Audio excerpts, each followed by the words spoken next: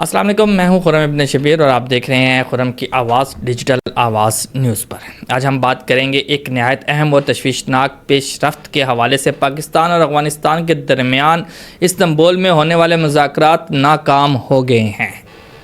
4 روزہ طویل گفت و شنید سفارتی کوششیں، بین الاقوامی ثالثی، مگر آخر میں نتیجہ کیا نکلا؟ صفر۔ سوال یہ ہے کہ آخر یہ مذاکرات ناکام کیوں ہوئے، اس کی وجہ کیا ہوئی؟ اس پہ بات کرتے ہیں کہ کیا طالبان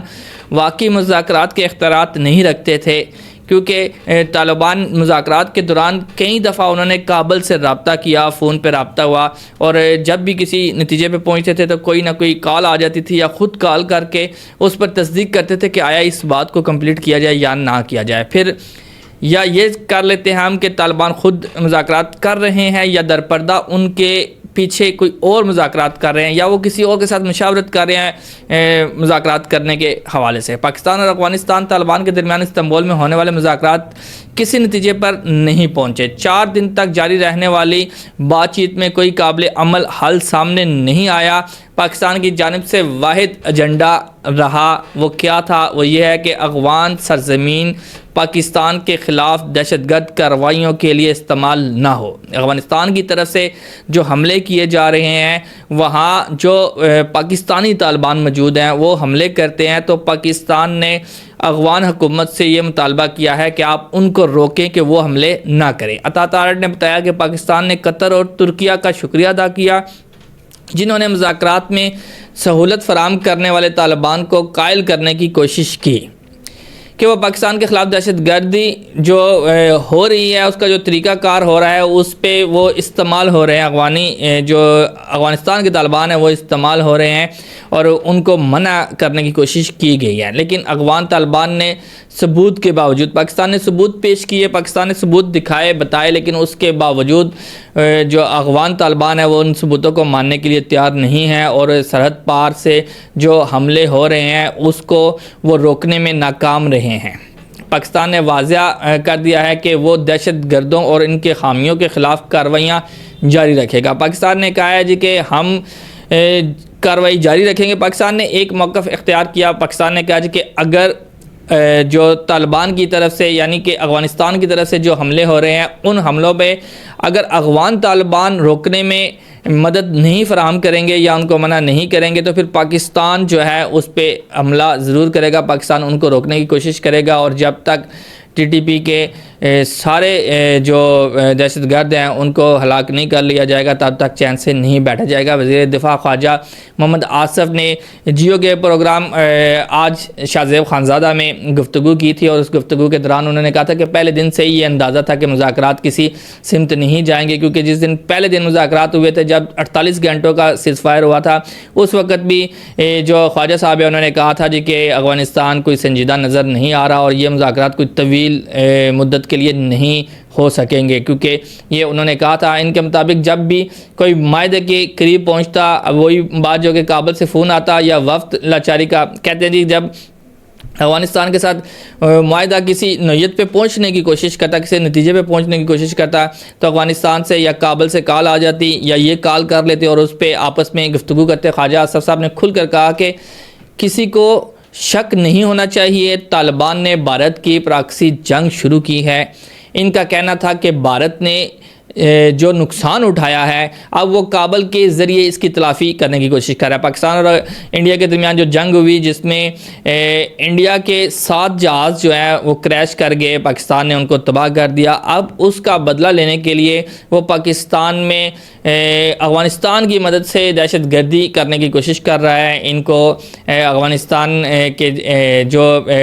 ٹی ٹی پی ہے، پاکستان کے جو طالبان ہیں، کہا جا رہا ہے خواجہ آصف صاحب کی جانب سے کہ ان کو سپورٹ حاصل ہے انڈیا کی، اور اگر اسلام آباد کی طرف کسی نے نظر اٹھائی تو ہم آنکھ نکال دیں گے۔ خواجہ آصف صاحب کا یہ کہنا تھا، اور پاکستان کی طرف سے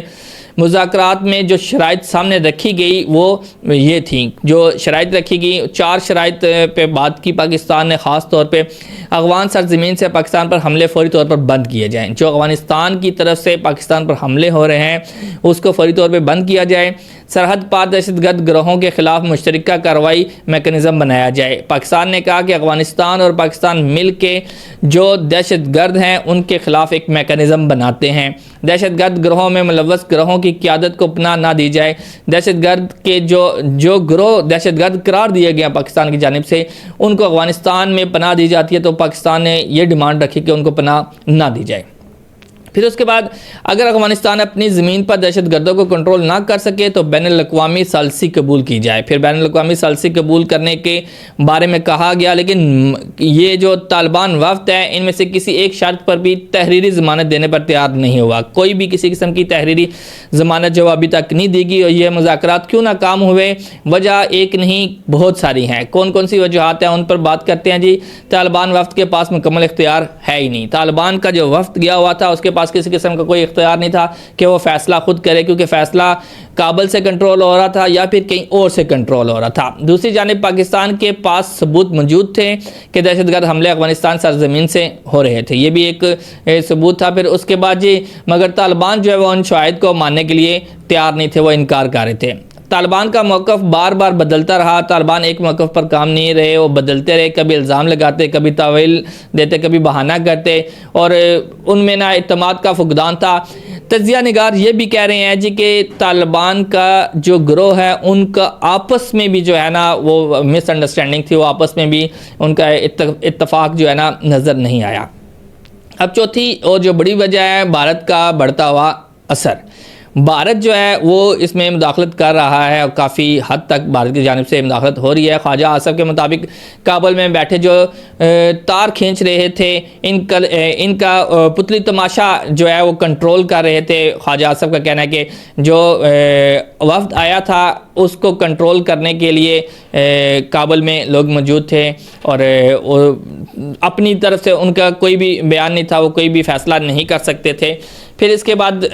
اس کو ہم اگر اختتام کی جانب لے کے جائیں تو میں اپنی بات کروں تو یہ سب کچھ یہ ظاہر کرتا ہے کہ طالبان حکومت کے اندر خود اعتمادی نہیں تھی، وہ خود میں تقسیم ہو چکے ہیں۔ ایک طرف وہ پاکستان کے ساتھ تعلقات قائم رکھنا چاہتے ہیں، لیکن دوسری طرف وہ بھارت کے ساتھ بھی جو ہے نا اندرونی طور پر عسکری گروہ انہیں دباؤ میں رکھے ہوا ہے کہ بھارت کے دباؤ میں بھی ہیں، بھارت جو ہے ان کی طرف سے کوئی سپورٹ مل رہی ہے ان کو، تو وہ پاکستان کے ساتھ بھی تعلقات ختم نہیں کرنا چاہتے۔ پاکستان نے امن کے لیے ہاتھ بڑھایا، لیکن دوسری طرف سے جواب صرف خاموشی، تاخیر یا ٹال مٹول ہو رہا ہے، کیونکہ افغانستان چاہ رہا ہے کہ تھوڑا وقت مل جائے، وقت ملنے کے ساتھ ساتھ وہ فیصلہ کرے۔ اب سوال یہ ہے کہ پاکستان کیا کرے، کیا مذاکرات کو اور ممکن بنانے کی کوشش کرے، دوبارہ کوشش کرے، یا اب وقت آ گیا کہ پاکستان سرحدی پالیسی کو سخت کرے۔ دیکھیں پاکستان نے ہمیشہ افغان عوام کی امن اور خوشحالی کے لیے قربانیاں دی ہیں، لیکن اب وقت آ گیا ہے کہ دہشت گردی کے معاملے پہ کوئی سمجھوتا نہ کیا جائے۔ افغان حکومت کو فیصلہ کرنا ہوگا وہ دہشت گردوں کے ساتھ ہیں یا پڑوسی ملک کے امن کے ساتھ ہیں۔ استنبول کے مذاکرات ناکام ضرور ہوئے ہیں مگر پاکستان کا عزم کمزور نہیں ہوا، بالکل نہیں ہوا۔ ہم اپنے شہداء کا خون رائگاں نہیں جانے دیں گے اور امن کے دشمن چاہے وہ کہیں بھی ہوں انہیں انجام تک پہنچا کر ہی رہیں گے۔ میں ہوں خرم ابن شبیر اور آپ دیکھ رہے تھے خرم کی آواز ڈیجیٹل آواز نیوز پر، جہاں نظر نہ جائے وہاں سے خبر لائیں۔ اللہ حافظ۔